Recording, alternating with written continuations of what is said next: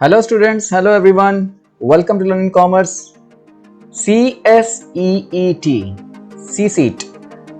आज मैं आपके सामने ये वीडियो लेके आया हूँ CS एग्जीक्यूटिव एंट्रेंस टेस्ट के बारे में। यानी कि जो स्टूडेंट्स 12th क्लास के बाद CS कोर्स के अंदर, कंपनी सेक्रेटरी के कोर्स के अंदर एंटर करना चाहते हैं, उनके लिए ये बिग न्यूज है, उनके लिए ये वीडियो है।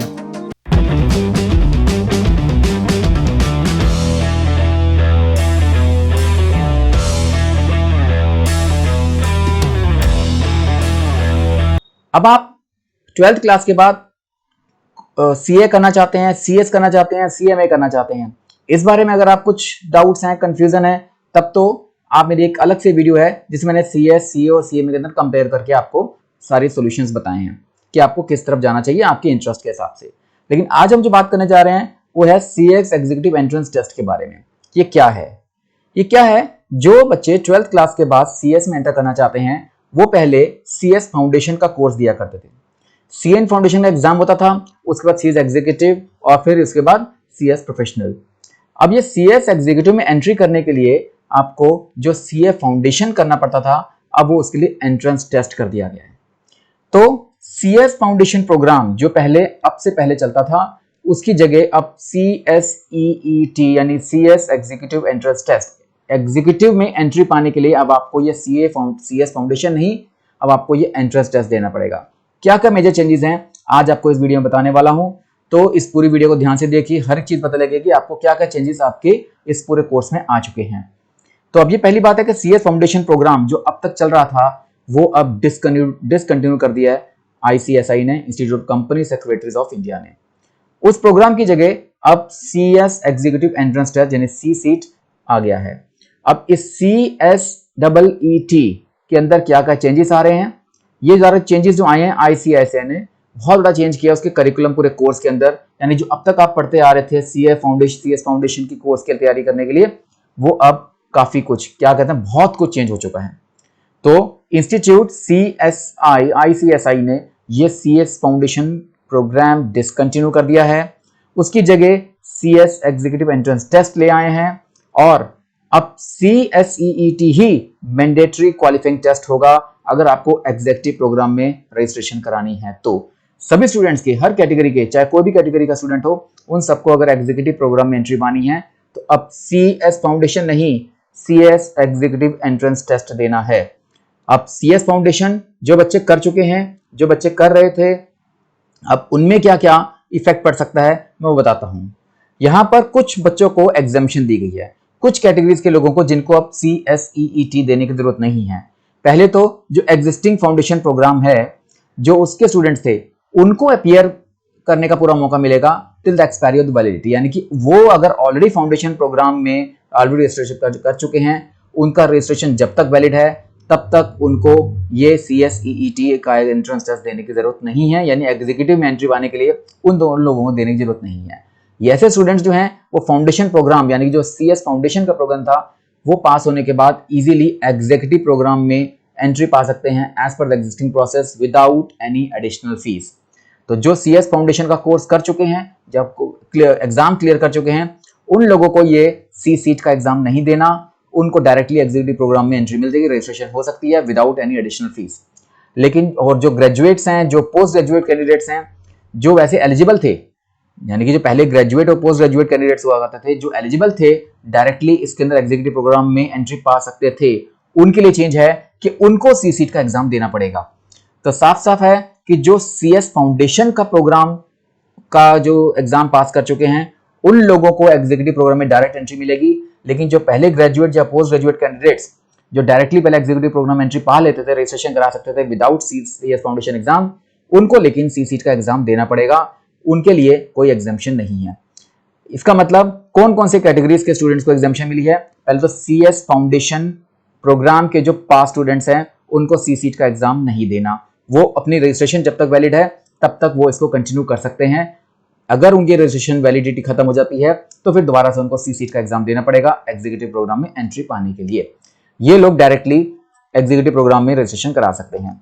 और उसके बाद ICAI और ICMAI यानी institute of chartered accounts of India का जो फाउंडेशन कोर्स, जो फाइनल कोर्स है, और जो ICMI का, ICAI का जो फाइनल कोर्स है उसके पास स्टूडेंट्स को भी डायरेक्टली एग्जीक्यूटिव प्रोग्राम में एंट्री मिल सकती है, बट दे हैव टू पे सम 5,000 to 8,000 registration fees for the executive entrance fees, executive program fees. Otherwise CS foundation programme के पास स्टूडेंट्स को कुछ भी एक्स्ट्रा एडिशनल फीस नहीं देनी, उनको डायरेक्टली एग्जीक्यूटिव प्रोग्राम एंट्री मिल जाएगी, इनको भी मिल जाएगी। यानी कि CS फाउंडेशन प्रोग्राम के pass students, institute of chartered accountants of India के फाइनल कोर्स के पास स्टूडेंट्स और ICMI के फाइनल कोर्स के पास स्टूडेंट्स, इन लोगों को C सीट क्वालिफाई करने की जरूरत नहीं है, ये डायरेक्टली एग्जीक्यूटिव प्रोग्राम में एंट्री पा सकते हैं। CS फाउंडेशन प्रोग्राम वालों को कोई एक्स्ट्रा फीस नहीं देनी, लेकिन ICI और ICMI के स्टूडेंट्स के फाइनल कोर्स स्टूडेंट्स को कुछ एडिशनल फीस देनी पड़ेगी एग्जीक्यूटिव प्रोग्राम में एंट्री पाने के लिए। ओके, तो ये तो होगी एग्जाम्पशन की बात कि किन किन स्टूडेंट्स को एग्जाम्पशन मिल सकती है इस C सीट के एग्जाम से। अब ये जो पूरा न्यू करिकुलम बनाया है ICSE ने, ये पिछले सितंबर में लगभग प्रपोज हो गया था, जिसको इस साल इंप्लीमेंट किया जा रहा है। तो मेन मकसद क्या है, इस पूरे जो करिकुलम चेंज किया गया है इसका मेन एम यही है कि जो भी एप्टीट्यूड और स्किल लेवल है एक सक्सेसफुल प्रोफेशनल बनने के लिए, वो इन स्टूडेंट्स को सारा मिले। तो इस करिकुलम में चेंजेस लाए गए हैं, उसके बारे में थोड़ा बताते हैं। ये जो सिलेबस रहेगा आप C सीट का, जहां पे पहले अकाउंट्स वगैरह का, इकोनॉमिक्स का, लॉ का एग्जाम हुआ करता था, अब ये C सीट का एग्जाम में 4 पेपर्स होंगे। उन 4 पेपर्स में सबसे पहला पेपर होगा बिजनेस कम्युनिकेशन का 50 मार्क्स का, देन पेपर 2 आपका लीगल एप्टीट्यूड और लीगल लॉजिकल रीजनिंग का 50 मार्क्स का, और पेपर 3 आपका इकोनॉमिक एंड बिजनेस एनवायरनमेंट का 50 मार्क्स का, और fourth paper current affairs, presentation and communication skills का, यानी कि वाइवा भी होगा आपका 50 मार्क्स मिलाकर सारा। ये 4 पेपर्स होंगे आपके 50-50 मार्क्स के, यानी टोटल 200 मार्क्स के। Means CS executive entrance test C seat shall be conducted on single day. ये एग्जाम एक ही दिन होगा, अलग अलग डेज नहीं होंगे। तो इसमें सबसे पहले कंप्यूटर बेस्ड टेस्ट होगा आपका, कंप्यूटर पे ऑनलाइन एग्जाम होगा आपका 120 मिनट्स का, मतलब 2 आवर्स का। 2 आवर्स का पूरा टेस्ट होगा। 4 पार्ट्स होंगे जो मैंने आपको बताया है, बिजनेस कम्युनिकेशन का, लीगल एप्टीट्यूड लॉजिकल रीजनिंग का, इकोनॉमिक बिजनेस एनवायरनमेंट का और करंट अफेयर्स का। इन चारों टॉपिक्स का मिलाकर आपको 120 मिनट का 2 घंटे का पूरा कंप्यूटर बेस्ड टेस्ट होगा, सारा MCQ बेस्ड, सारा ऑब्जेक्टिव टाइप बेस्ड। ओके, उसके अलावा सेकंड पार्ट में एक वाइवा होगा आपका 15 मिनट्स का, जिसमें प्रेजेंटेशन एंड कम्युनिकेशन स्किल्स के ऊपर आपका वाइवा लिया जाएगा। तो 120 मिनट्स का ये कंप्यूटर बेस्ड टेस्ट और 15 मिनट्स का ये वाइवा आपका, जो प्रेजेंटेशन कम्युनिकेशन स्किल्स, जो पेपर 4 के अंदर करंट अफेयर्स का अगला जो पार्ट है, तो ये आपका अलग से 15 मिनट्स का वाइवा होगा। ये तो हो गए 4 सब्जेक्ट्स। अब मैं बताता हूं इसके अंदर कि पूरा पैटर्न क्या रहेगा इस पूरे C सीट एग्जाम का। ये हमारा जो ICSI है, ये इंस्टीट्यूट इस CS एग्जीक्यूटिव एंट्रेंस टेस्ट का पूरा एग्जाम लेगा objective type, multiple choice question, MCQ question based होंगे सारे, और साथ में वाइवा होगा आपका, ताकि आपकी लिसनिंग, रिटन कम्युनिकेशन और ओरल कम्युनिकेशन स्किल्स को भी चेक किया जा सके। तो आपकी मेंटल एटीट्यूड चेक किया जा रहा है आपके MCQ के थ्रू, और आपकी लिसनिंग पावर, रिटन पावर और ओरल कम्युनिकेशन स्किल्स को चेक किया जाएगा वाइवा के थ्रू। टोटल 4 पेपर्स होंगे, मैंने आपको बता ही दिया इस पूरे एंट्रेंस टेस्ट के अंदर। हर पेपर के अंदर objective type multiple choice questions होंगे, 1 मार्क के या 2 मार्क्स के। ओके, और उसमें 4 ऑप्शंस होंगे, जिसमें से एक करेक्ट आंसर होगा जो आपको उसमें से चूज करना है। ड्यूरेशन कितनी होगी, 120 मिनट्स, और वाइवा होगा आपका 15 मिनट्स का। तो ये पूरा आपका पैटर्न है इस C सीट एग्जाम का। ओके, तो अब मैं बताता हूं पूरे इस कंप्यूटर बेस्ड टेस्ट जो 120 मिनट का होगा, वो आपको टेस्ट सेंटर्स अलॉट किए जाएंगे। उस टेस्ट सेंटर में जाके आपको ये टेस्ट देना है, और साथ साथ आपका वाइवा भी वहीं पर होगा। It will be a computer based test conducted in MCQ pattern. Questions कैसे आएंगे, पहला पेपर जो बिजनेस कम्युनिकेशन का है, उसमें 35 क्वेश्चंस होंगे 50 मार्क्स के। लीगल एप्टीट्यूड लॉजिकल रीजनिंग के भी 35 क्वेश्चंस होंगे 50 मार्क्स के। इकोनॉमिक एंड बिजनेस एनवायरनमेंट के 35 क्वेश्चंस होंगे 50 मार्क्स के, और करंट अफेयर्स के 15 क्वेश्चंस होंगे, ओनली 15 क्वेश्चंस 20 मार्क्स के। इसका मतलब टोटल ये आपके 120 क्वेश्चंस बन जाएंगे, 35 questions each of first 3 papers, and क्योंकि फोर्थ पेपर को 2 हिस्सों में बांटा गया है, एक करंट अफेयर्स में, एक वाइवा में, तो करंट अफेयर्स के सिर्फ 15 क्वेश्चंस होंगे, जो कि टोटल मिलाकर 120 क्वेश्चंस बना देंगे। और ये 50-50 मार्क्स के साथ ये 20 मार्क्स का पेपर होगा करंट अफेयर्स का, टोटल 170 मार्क्स बनेंगे। तो रिमेनिंग 30 मार्क्स होंगे वो इस वाइवा के होंगे। जो प्रेजेंटेशन एंड कम्युनिकेशन स्किल्स होगी आपकी वाइवा की 15 मिनट्स की, वो 30 मार्क्स की होगी, वो साथ साथ ही ले ली जाएगी, कंडक्टेड साइमल्टेनियसली विद और इमीडिएटली आफ्टर, साथ साथ ली जा सकती है। और MCQ बेस्ड जो आपका कंप्यूटर बेस्ड टेस्ट होगा उसके बाद इमीडिएटली ले लिया जाएगा through online mode using artificial intelligence और through recorded videos at the designated test centers, यानी उसी टेस्ट सेंटर्स के अंदर रिकॉर्डेड वीडियोस के थ्रू या आर्टिफिशियल इंटेलिजेंस के टेक्निक्स के थ्रू ऑनलाइन मोड के थ्रू आपका ये वाइवा भी साथ साथ ले लिया जाएगा। ओके, तो ये सारा आपका हो जाएगा पूरा पैटर्न, किस तरीके से आपका एग्जाम होगा। तो आपको समझ आ गया होगा कि क्या क्या चेंजेस आ चुके हैं पिछले साल के मुकाबले में, पिछले दिसंबर के मुकाबले में। इस साल तो जून में एग्जाम होना था, हुआ ही नहीं है, इसलिए अब जो दिसंबर में एग्जाम होगा वो इसी बेस पर होने वाला है। ध्यान रखिएगा, अब पहली बार आपको एग्जाम दिसंबर में होने वाला है, इसकी पूरी तैयारी इसी तरीके से करनी है। अब मैं आपको बताता हूं सिलेबस कैसा रहेगा। इसमें पेपर 1 जो बिजनेस कम्युनिकेशन का है, जो 50 मार्क्स का है, इसका ऑब्जेक्टिव क्या है? इसका ऑब्जेक्टिव है कि आप कैंडिडेट्स की नॉलेज को टेस्ट किया जाए कि उसकी इंग्लिश ग्रामर कैसी है, बिजनेस कम्युनिकेशन के अलग अलग एस्पेक्ट्स उसके पास कितनी नॉलेज है, उस चीज को चेक किया जाएगा इस पेपर 1 के अंदर। इसमें क्या क्या चीजें हैं पूरा तो नहीं बता रहा, पर थोड़ी चीज बताता हूं कि क्या क्या चीजें आपसे इसमें आ सकती हैं। एक तो गुड इंग्लिश कैसे क्या जरूरी है, जैसे आपके नॉर्मल हम अब तक पढ़ते आ रहे हैं इंग्लिश ग्रामर के topics, noun, pronoun, verb, adjective, conjunction, voice, articles, tenses, prefix, suffix, punctuation, synonyms, antonyms, common errors कौन से होते हैं, वर्ड्स विद मल्टीपल मीनिंग हम पढ़ते आ रहे हैं काफी टाइम से, वन वर्ड सब्स्टिट्यूशन होंगे, कई बार जो मिस स्पेलिंग, जो स्पेलिंग गलत कर देता है उसको चूज करना, सही स्पेलिंग चूज करना, homophones, idioms, phrases, proverbs, abbreviation, ये सब टॉपिक्स इस गुड इंग्लिश के अंदर जो होनी चाहिए वो सारे के सारे इस एग्जाम में आपसे एमसीक्यू बेस्ड पूछे जाएंगे। सेकंड पार्ट में कम्युनिकेशन है, जिसमें कम्युनिकेशन क्या होता है, उसकी गुड कम्युनिकेशन के सिग्निफिकेंस, इंपॉर्टेंस क्या है, प्रिंसिपल्स क्या है, प्रोसेस क्या है, रिटर्न, ओरल, विजुअल, ऑडियोविजुअल, सब टाइप की कम्युनिकेशन के बारे में आपको पता होना चाहिए, वो इसके बारे में पूछेंगे। देन बिजनेस कॉरेस्पॉन्डेंस के अंदर बिजनेस लेटर्स कैसे बनाए जाते हैं, उसके एसेंशियल्स, उसके पार्ट्स, टाइप्स, कैसे कैसे इसको लिखा जाता है, कैसे एंड किया जाता है, positive messages, negative messages, persuasive messages और रिपोर्ट्स कैसे बनाई जाती हैं, इसके बारे में थर्ड ये टॉपिक है आपका। और उसके बाद कुछ कॉमन बिजनेस टर्मिनोलॉजीज यानी कि डेफिनेशंस जैसे होती हैं उसके बारे में आपसे कुछ पूछा जा सकता है। तो ये बिजनेस कम्युनिकेशन 50 मार्क्स का क्वेश्चन इस पर बेस्ड रहेगा। ओके, सेकंड पेपर जो आपका रहेगा वो है लीगल एप्टीट्यूड और लॉजिकल रीजनिंग, ये दो हिस्से में बटा हुआ है।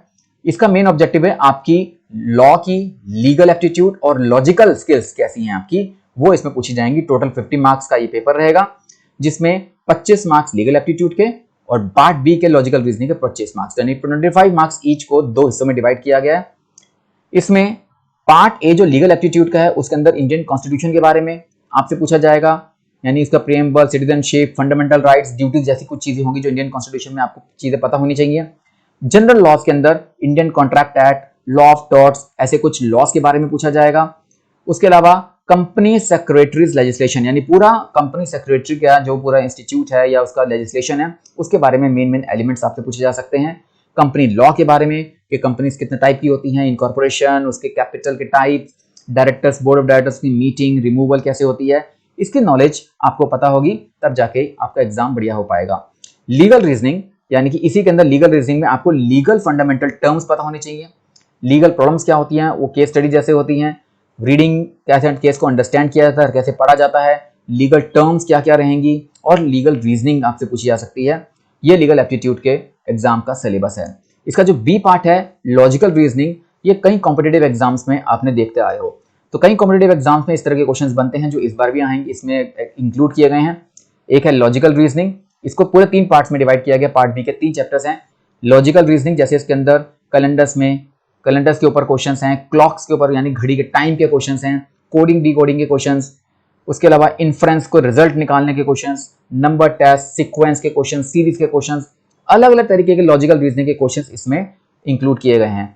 वर्बल रीजनिंग में अल्फाबेट का टेस्ट है, अल्फा न्यूमेरिक, उसका सीक्वेंस पजल, आपका एनालॉजी कैसे होती है, मिसिंग करेक्टर आपको बीच में डालना है, डिसीजन मेकिंग करनी है, ब्लड रिलेशंस पता होने चाहिए, कैसे निकालते हैं, वेन डायग्राम को कैसे सॉल्व करते हैं, ये वर्बल रीजनिंग में होंगे। और कुछ नॉन वर्बल रीजनिंग के अंदर क्लासिफिकेशन कैसे की जाती है, इनकम्प्लीट पैटर्न कैसे कंप्लीट किया जाता है, उसके अलावा आइडेंटिकल फिगर्स को ग्रुपिंग करनी होती है, मिरर इमेज बनानी होती है, ये सब चीजें आपकी लॉजिकल रीजनिंग के अंदर आएंगी। तो बी पार्ट आपका लॉजिकल रीजनिंग का और ए पार्ट आपका लीगल रीजनिंग का, ये इसमें लॉ की नॉलेज होगी। तो ये आपका पेपर 2 है जिसके अंदर 25 मार्क्स ईच के दोनों पार्ट्स को डिवाइड किया गया है।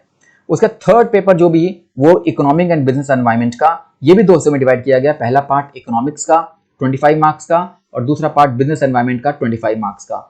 इसका भी ऑब्जेक्टिव ये है कि आपको माइक्रो एंड मैक्रो इकोनॉमिक्स की पूरी अंडरस्टैंडिंग होनी चाहिए इंडियन इकोनॉमिक सिस्टम को ध्यान रखते हुए, साथ साथ जो बुरा बिजनेस एनवायरनमेंट है उसके भी क्रूशियल एलिमेंट्स के बारे में अंडरस्टैंडिंग आपसे पूछी जाएगी। इसमें पार्ट जो इकोनॉमिक्स है, इसमें आप जो 12th में अंदर पढ़ा है आपने, डिमांड सप्लाई के बारे में, मार्केट के बारे में, इलास्टिसिटी, इक्विलिब्रियम प्राइस कैसे निकालते हैं, इन सब के कंसेप्ट्स आपको पता होने चाहिए। देन नेशनल इनकम अकाउंटिंग जो आपका ये माइक्रो के अंदर आपका आता है और ये मैक्रो के अंदर आपका नेशनल इनकम कैलकुलेट करने के सारे मेथड्स हैं।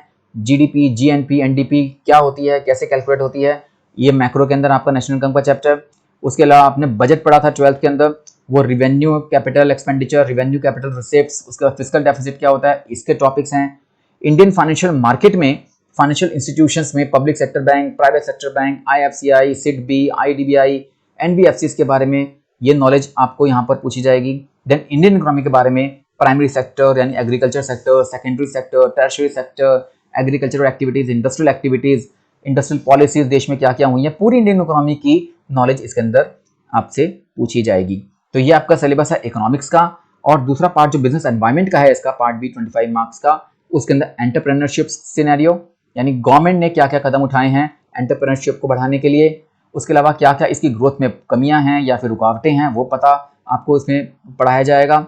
बिजनेस एनवायरनमेंट में वही आपका internal environment, external environment, local, political, legal, social, cultural environment के बारे में सारी नॉलेज, और साथ साथ कुछ गवर्नमेंट इंस्टीट्यूशंस के बारे में, NITI Aayog latest, MCA, SEBI, RBI, CCI, NCLT, इनके बारे में सारी नॉलेज आपको यहाँ पर दी जाएगी। तो ये हो गया बिजनेस एनवायरनमेंट और बिजनेस इकोनॉमिक्स का थर्ड पेपर के दो पार्ट्स। और पेपर 4 जो आपका करंट अफेयर्स के ऊपर है, करंट अफेयर्स पहला पार्ट है इसका, दूसरा part presentation and communication skills का है, वाइवा का। इसमें भी आपकी पूरा ऑब्जेक्टिव जो पूछने जो मकसद है उनका कि कैंडिडेट्स क्या अवेयर हैं आज की करंट अफेयर्स के बारे में, देश की नॉलेज, इंटरनेशनल नॉलेज क्या है, और साथ साथ आपकी लिसनिंग और राइटिंग स्किल्स को देखा जाएगा। टोटल 50 मार्क्स का है, इसमें करंट अफेयर्स 20 मार्क्स का 15 क्वेश्चंस वाला, और प्रेजेंटेशन कम्युनिकेशन स्किल्स यानी वाइवा का 30 मार्क्स का। करंट अफेयर्स यानी कि आज की लेटेस्ट नॉलेज, जितने भी नेशनल इंटरनेशनल इंपॉर्टेंस के बारे में, इंटरनेशनल बॉडीज के बारे में, आसियान, ब्रिक्स, सार्क के बारे में, इसके अलावा आरबीआई, नाबार्ड, सीसीआई, आईएमएफ, इन सब, वर्ल्ड बैंक के बारे में आपको नॉलेज इसमें दी जाएगी और आपको पता होना चाहिए। तो इसके लिए आप अभी से ही डेली के बेसिस पर अखबार पढ़ना शुरू करो, न्यूज़ देखना शुरू करो, आज की लेटेस्ट नॉलेज आप गेन करो लगातार, तो आपको करंट अफेयर्स के क्वेश्चंस में कभी मुश्किल नहीं होगी। आर्ट एंड कल्चर के बारे में, बुक्स के बारे में, उनके ऑथर्स के बारे में, अवार्ड किस किस को मिले हैं, उनके ऑनर, स्पोर्ट्स के बारे में, यानी कि लैंग्वेज, सिंबल्स, नेशनल सिंबल्स, इन सब की नॉलेज आप लगातार डेली बेसिस पर कुछ ना कुछ देखते चले जाओ, आपके आसपास क्या हो रहा है, करंट अफेयर्स को अपने अंदर डालते चले जाओ। ये पेपर आपके लिए पूरी तरह से जनरल नॉलेज करेगा। और जो पार्ट बी है, जिसके अंदर प्रेजेंटेशन कम्युनिकेशन स्किल्स है, वाइवा होगा, जिसमें लिसनिंग स्किल्स है, रिटन स्किल्स हैं और ओरल स्किल्स हैं। लिसनिंग स्किल्स में आपका ग्रामर टेस्ट हो सकता है, वोकैबुलरी टेस्ट हो सकता है। रिटन स्किल्स के अंदर आपको short note writing, essay writing या प्रेसिस राइटिंग के ऊपर पूछा जा सकता है। और ओरल कम्युनिकेशन स्किल्स के अंदर आपसे पूछ सकते हैं कि किसी एक क्वेश्चन का आंसर दो, बताओ कि आपसे पूछ रहे हैं उसका आंसर दो, या किसी टॉपिक पे बोलो, या एक टर्म को एक्सप्लेन करो। इस तरह से आपकी ओरल कम्युनिकेशन स्किल भी चेक की जाएंगी। तो लिसनिंग, रिटर्न, ओरल, तीनों तरीके की स्किल्स आपकी टेस्ट की जाएंगी वाइवा के अंदर। ओके, तो ये होगा पेपर 4। तो अब आपको समझ आ गया होगा कि पूरा जो सी सीट का पेपर है किस तरीके से डिजाइन किया गया है, क्या पैटर्न है, क्या सिलेबस है, और कैसे कैसे आपको इसकी तैयारी करनी है। इसके बारे में और धीरे धीरे करके आपको चीजें बताऊंगा। अभी तो मैंने आपको आज सिर्फ ये बताया है कि कैसे सीएस फाउंडेशन का कोर्स खत्म करके सी सीट का एग्जाम अब आगे से दिसंबर से आने वाला है, जो जून में भी होना था, लेकिन वो जून के बाद अब क्योंकि पेपर कैंसिल हो गए इस पैंडेमिक की वजह से, इसलिए अब ये दिसंबर में पोस्टपोन हुआ। अब सीएस फाउंडेशन की सी सीट का एग्जाम आपको इसी पैटर्न के हिसाब से तैयारी करनी है। सो बी रेडी और stay connected with Learn in Commerce. Thank you once again. I will be very soon with the next upcoming video. Okay, thank you.